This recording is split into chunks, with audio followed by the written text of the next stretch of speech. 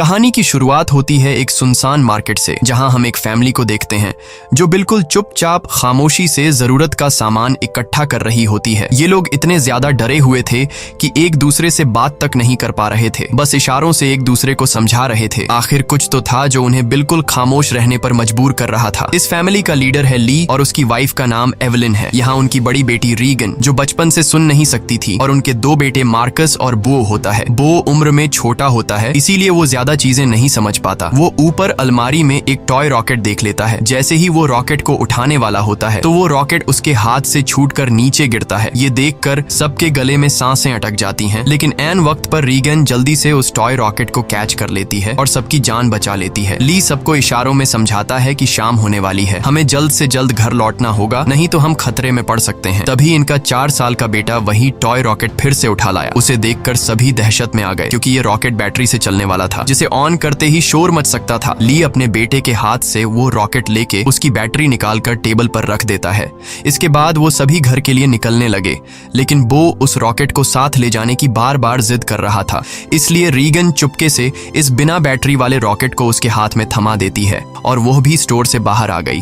पर तभी उस बच्चे ने रॉकेट की बैटरियां भी उठा ली। इसके बाद ये चारों लाइन से घर की तरफ निकल पड़े। तब हम देखते हैं कि रोशनियों से चमकने वाला ये शहर कभी गाड़ियों के शोर और इंसानों की भीड़ से भरा रहता, मगर आज ये शहर पूरी तरह से वीरान और सन्नाटे में डूबा हुआ है। यहाँ इंसान तो दूर बल्कि परिंदों की भी आवाज नहीं सुनाई देती। हर तरफ एक खौफनाक सी खामोशी छाई हुई है। पूरी दुनिया में अब कमतर ही लोग जिंदा बचे हैं, जिनमें ये 5 लोग भी शामिल हैं। यहाँ हम देखते हैं कि उन्होंने लाइन से अपने घर तक रेत बिछाया हुआ है और ये लोग इस पर नंगे पांव चल रहे थे ताकि कदमों की भी आहट न हो। वहीं मासूम बो रीगन के पीछे था। वो रॉकेट को लेकर बहुत खुश था। तभी बो ने रॉकेट में बैटरी लगाकर उसे ऑन कर दिया, जिससे उस रॉकेट में म्यूजिक बजने लगा। रीगन सुन नहीं सकती थी, इसलिए आवाज पर उसका ध्यान ही नहीं गया, लेकिन जब ली और एवलिन ने उसे सुना तो वो दोनों बहुत ज्यादा घबरा गए। तभी अचानक घने जंगलों के बीच से निकलकर गोली की रफ्तार से भागता एक खौफनाक मॉन्स्टर बो की तरफ बढ़ने लगा। ली जल्दी से खिलौने को बंद करने के लिए बो की तरफ तेजी से दौड़ता है, लेकिन तब तक बहुत देर हो चुकी थी। वो मॉन्स्टर बो को अपने साथ ले गया। उसके बाद हमें 1 साल के बाद का सीन दिखाया जाता है। ली और उसकी फैमिली ने इस हालात में जीना सीख लिया था। ली ने अपने घर में एक रिसर्च रूम बना लिया था, जहां उसने उस मॉन्स्टर के बारे में पूरी जानकारी हासिल कर ली थी। यहाँ हमें पता चलता है कि वो खौफनाक मॉन्स्टर जो बिल्कुल धीमी सी आवाज को भी कई किलोमीटर दूर से डिटेक्ट कर लेता है। अच्छी बात ये थी कि वो मॉन्स्टर पूरी तरह से अंधे थे, लेकिन उनकी सुनने की ताकत इतनी तेज थी कि वे हवा में जरा सी वाइब्रेशन और धीमी से धीमी आवाज को भी महसूस कर सकते थे। अगर कोई इंसान जोर से सांस भी ले तो उसे भी महसूस करके ये मॉन्स्टर बिजली की रफ्तार से उसकी ओर दौड़ पड़ते थे और उस इंसान को कुछ ही सेकंड में खत्म कर देते थे। साथ ही साथ इन मॉन्स्टर्स की चमड़ी लोहे से भी ज्यादा मजबूत थी, जो उन्हें बंदूक की गोली और किसी भी हथियार से प्रोटेक्ट करती थी। दरअसल आज से 1 साल पहले ये मॉन्स्टर स्पेस से आए एक मेट्रॉइड के जरिए इस धरती पर आए। ये मॉन्स्टर्स इतने ज्यादा तेज रफ्तार थे कि कुछ ही वक्त में ये पूरी धरती में फैल गए और इस दुनिया से लगभग सभी इंसानों का नामो निशान मिटा दिया। इन मॉन्स्टर्स से बचने का सिर्फ एक ही तरीका था, और वो था बिल्कुल शांत रहना, जो कि ली और उसकी फैमिली ये राज जान चुके थे। इसलिए उन्होंने खुद की पूरी तरह से सेफ्टी कर ली थी। ली ने अपने घर के चारों तरफ सीसीटीवी कैमरास लगा दिए थे ताकि मॉन्स्टर के आने की खबर उनको लग सके। साथ ही उसने सीढ़ियों और रास्ते में कदम रखने वाली जगह पर एक खास तरह के निशान लगाए थे ताकि उन क्रीचर्स को उनकी पैरों की आहट भी ना आ सके। और ली ने अपने घर में एक अंडरग्राउंड बंकर भी बनाया था, जहां ये इन मॉन्स्टर्स पर रिसर्च करता था। उसने ये भी पता लगा लिया था कि इस इलाके में कुल 3 मॉन्स्टर मौजूद हैं। अब ली उन मॉन्स्टर की कमजोरी के बारे में जानने की कोशिश कर रहा था। साथ ही साथ ली रेडियो के जरिए पूरी दुनिया में हेल्प का सिग्नल भेज रहा था, लेकिन अब तक उसका किसी से भी कांटेक्ट नहीं हो पाया था। यहाँ हमें पता चलता है कि एवलिन प्रेग्नेंट है और जल्द ही वो एक बच्चे को जन्म देने वाली है। अब क्योंकि ये बच्चा पैदा होने पर रोने लगेगा, इसलिए उन्होंने अपने आने वाले बच्चे के लिए एक साउंड प्रूफ बॉक्स बना लिया है, ताकि जब भी अगर बच्चा रोए तो उसके मुंह पर ऑक्सीजन मास्क रखकर उसे उस बॉक्स में छुपा दें, जिससे उस मॉन्स्टर को बच्चे की रोने की आवाज नहीं आएगी। इस मुश्किल हालात में मॉन्स्टर से बचने के लिए रेडी रहना बहुत जरूरी था, लेकिन ली की बड़ी बेटी बेटी रेगन सुन नहीं सकती थी और ये कमी उसके लिए एक बड़ी मुसीबत बन सकती थी। इसलिए ली इसकी इस कमी को दूर करने की कोशिश में था। ली अपनी बेटी रेगन के लिए एक कॉक्लियर हीरिंग एम्पलीफायर बनाता है और ली वो एम्पलीफायर रेगन को दे देता है। लेकिन रेगन इस एम्पलीफायर को लेकर खुश नहीं थी, क्योंकि उसे लगता था कि हमेशा की तरह ये एम्पलीफायर भी काम नहीं करेगा, क्योंकि ली अपनी बेटी रेगन के लिए पहले भी कई एम्पलीफायर बना चुका था। इसलिए रेगन पहले तो इस एम्पलीफायर को गिरा देती है, लेकिन जब वह उस एम्पलीफायर को टेस्ट करती है तो ये एम्पलीफायर काम कर रहा होता है। बाहरी दुनिया की आवाज सुनते ही वो खुशी के मारे रोने लगती है और साथ में रेगन को अपने छोटे भाई की याद भी आती है। रेगन आज भी खुद को अपने भाई की मौत का जिम्मेदार ठहराती है। इससे लगता है कि अगर उस दिन वो अपने भाई को टॉय रॉकेट नहीं देती तो आज उसका भाई जिंदा होता। रेगन अपने पिता के काम में हाथ बटाकर खुद को साबित करना चाहती थी, इसलिए रेगन अपने पिता के अंडरग्राउंड बंकर की तरफ जाने लगती है।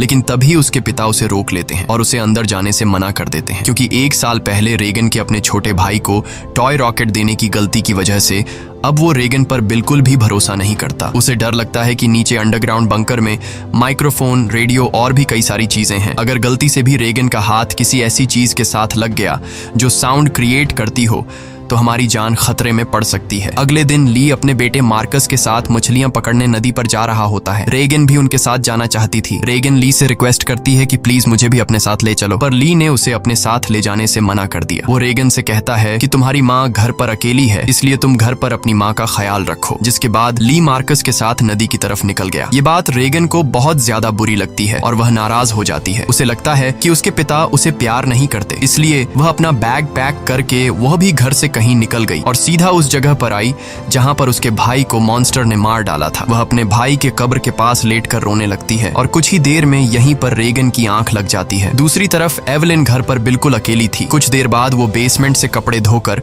उन्हें बोरी में भरकर बाहर ले जा रही थी। तभी सीढ़ी पर लगा एक कील उस बोरी में फंसकर सीधा हो गया। वह नुकीला कील ठीक उनके पैर रखने की निशान पर था, पर एवलिन उसे देख नहीं पाई। उधर ली और मार्कस मछली पकड़ने में लगे थे। कुछ देर बाद ली अपने बेटे मार्कस को एक झरने के पास ले आता है और ली अपने बेटे से कहता है कि यहाँ तुम बात कर सकते हो, क्योंकि पानी के झरने की वजह से तुम्हारी आवाज उसमें हाइड हो जाएगी और तुम्हारी आवाज उस मॉन्स्टर तक नहीं पहुंच पाएगी। अब तुम खुलकर बात कर सकते हो। वो दोनों झरने के पास बैठकर बातें करने लगते हैं। मार्कस पूछता है क्या वो बो की मौत का जिम्मेदार रेगन को मानते हैं, जिस पर ली जवाब देता है कि जो कुछ भी बो के साथ हुआ उसमें किसी की भी गलती नहीं थी। लेकिन मार्कस ली को बताता है कि रेगन आज भी बो की मौत का जिम्मेदार खुद को ठहराती है, इसलिए तुम्हें रेगन को ये बात बतानी चाहिए कि उस दिन तुम्हारी कोई गलती नहीं थी। इसी दौरान एवलिन ने अपने मर चुके बेटे की तस्वीर लिए उसकी याद में आंसू बहा रही थी। तभी अचानक उसे लेबर पेन शुरू हो गया, यानी कि उसकी डिलीवरी का टाइम आ चुका था। वो फोटो फ्रेम हाथ में लिए हुए जल्दी से बेसमेंट की तरफ जाने लगी, पर तभी सीढ़ियों से नीचे उतरने की जल्दी में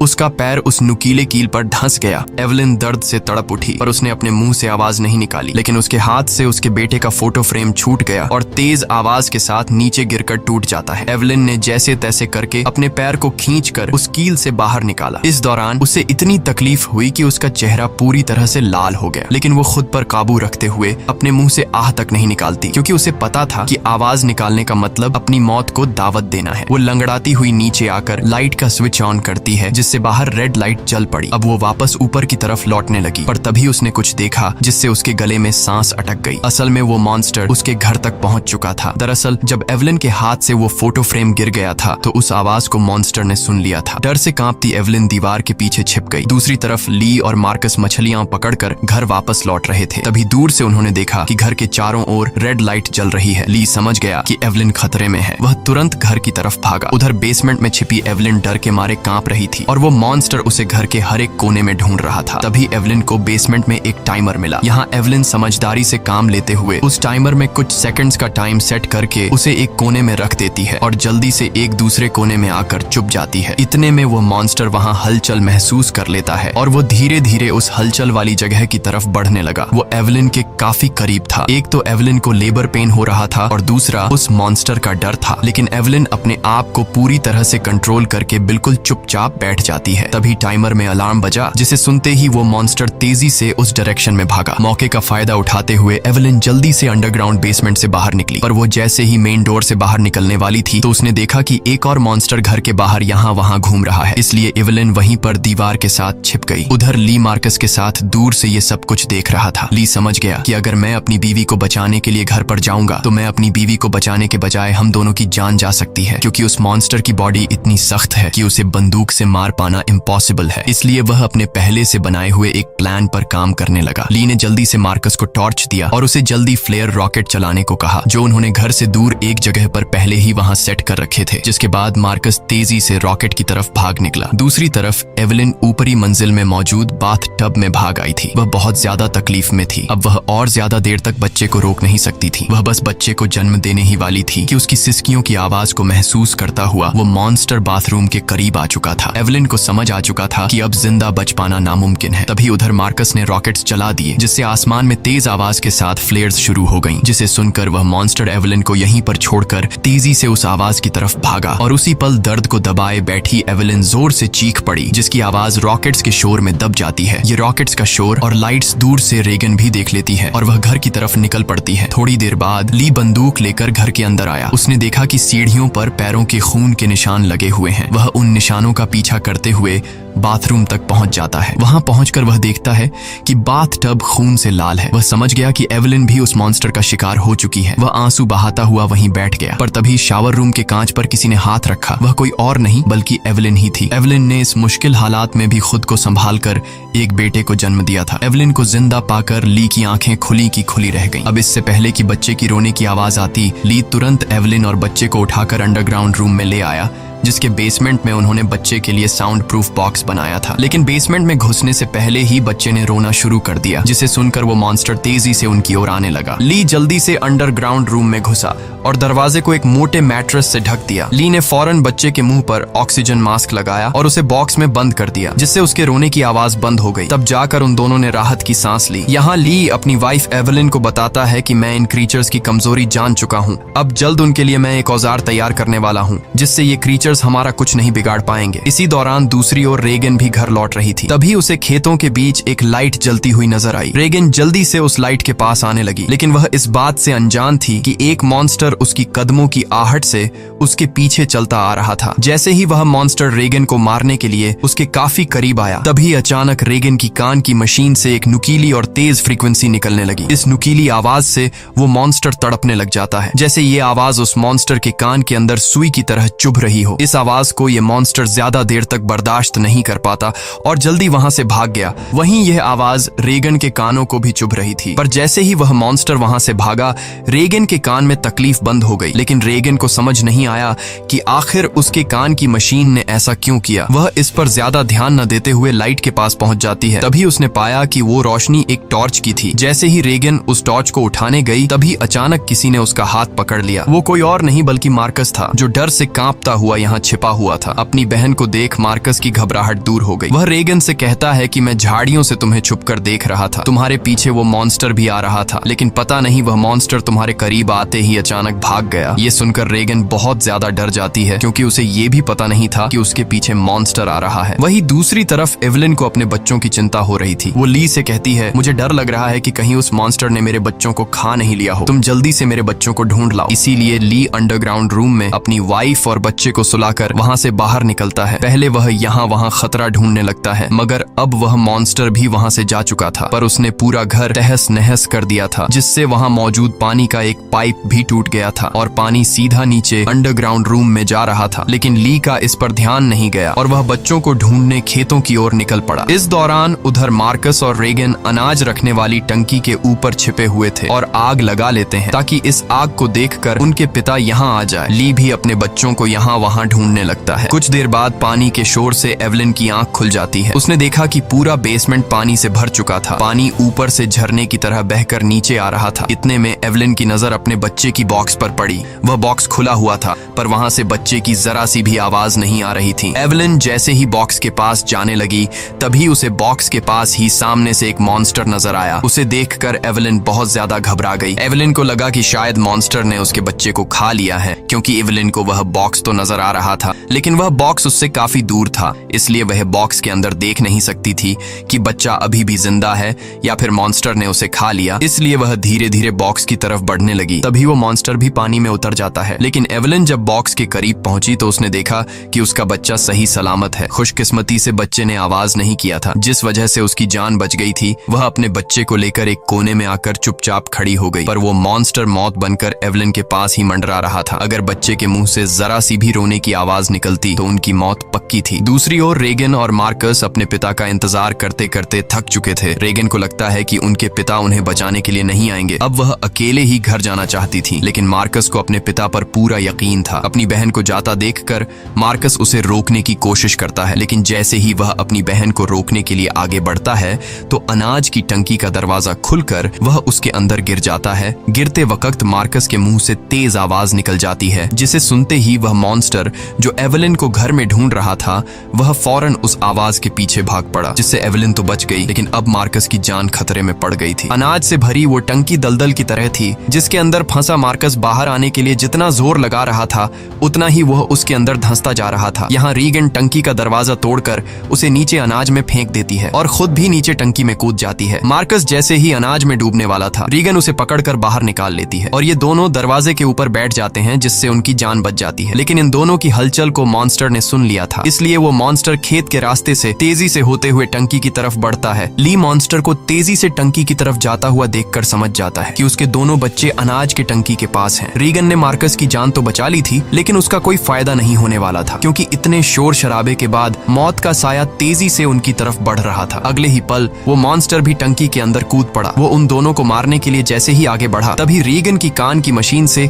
एक बार फिर एक नुकीली आवाज निकलने लगी। ये आवाज उस मॉन्स्टर के लिए बहुत ही ज्यादा पेनफुल होती है, इसलिए वो बिना उन्हें मारे वहां से निकल जाता है। रीगन और मार्कस मौत के मुंह से बाल बाल बच गए और टंकी से बाहर निकल आए। बाहर ली भी उन्हें ढूंढता हुआ आ पहुंचा था। वह अपने बच्चों को सही सलामत देखकर बहुत खुश होता है। इस दौरान एवलिन भी ये सब कुछ सीसीटीवी रूम से देख रही थी। तभी ली को पता चलता है कि अभी भी वो मॉन्स्टर यहाँ आसपास है। उसने बच्चों को फौरन सामने मौजूद गाड़ी की ओर भेज दिया और खुद एक कुल्हाड़ी उठाकर आसपास नजरें दौड़ाने लगा, लेकिन वो क्रीचर ठीक उसके ऊपर होता है। ली जैसे ही पलटकर पीछे देखता है, वो मॉन्स्टर उसे अपने पंजे से मारकर दूर फेंक देता है। अपने पिता को तकलीफ में देखकर मार्कस ली को आवाज देने लगता है। आवाज सुनकर मॉन्स्टर को मार्कस की पोजीशन का भी पता चल जाता है। वो मॉन्स्टर अब मार्कस और रीगन की तरफ बढ़ने लगा, लेकिन तभी एक बार फिर रीगन की कान की मशीन से फ्रीक्वेंसीज निकलने लगी। वह आवाज रीगन को भी चुभ रही थी, इसलिए रीगन ने अपनी कान की मशीन को ही ऑफ कर दिया, लेकिन यह उसकी सबसे बड़ी गलती थी। इस मशीन से जो फ्रीक्वेंसी निकलती थी वही फ्रीक्वेंसी उस मॉन्स्टर की कमजोरी थी, जिसे वो बिल्कुल भी बर्दाश्त नहीं कर सकता था। लेकिन अनजाने में रीगन ने मशीन को बंद करके अपनी ही मौत को दावत दे दी। अगले ही पल वो मॉन्स्टर कार पर झपट पड़ा और मार्कस तक पहुंचने की कोशिश करने लगा। इसी दौरान उधर ली होश में आ गया। अपने बच्चों को खतरे में देख वह समझ गया था कि मॉन्स्टर से लड़कर वह कभी भी मॉन्स्टर को मार नहीं सकता, इसलिए अब उसे सिर्फ एक ही रास्ता नजर आया। उसने रीगन को इशारों में बताया कि मैं तुमसे बहुत ज्यादा प्यार करता हूँ। मैंने तुम्हें कभी भी बो की मौत का जिम्मेदार नहीं ठहराया है और मेरे होते हुए तुम्हें कुछ नहीं हो सकता। जिसके बाद ली जोर से चिल्लाने लगा। उसे सुन वो मॉन्स्टर ली की तरफ दौड़ पड़ा और एक ही झटके में उसे चीर फाड़ कर रख दिया। अपने पिता को मरता हुआ देखकर रीगन को बहुत ज्यादा दुख होता है, क्योंकि पहले उसे लगता था कि उसके पिता उससे प्यार नहीं करते, लेकिन अब उसे रियलाइज हुआ कि वह गलत थी। ली को मारने के बाद वो मॉन्स्टर वहां से चला जाता है। दूसरी तरफ एवलिन भी ये सब कुछ सीसीटीवी के जरिए देख रही थी। तब रीगन उसी वक्त गाड़ी स्टार्ट करके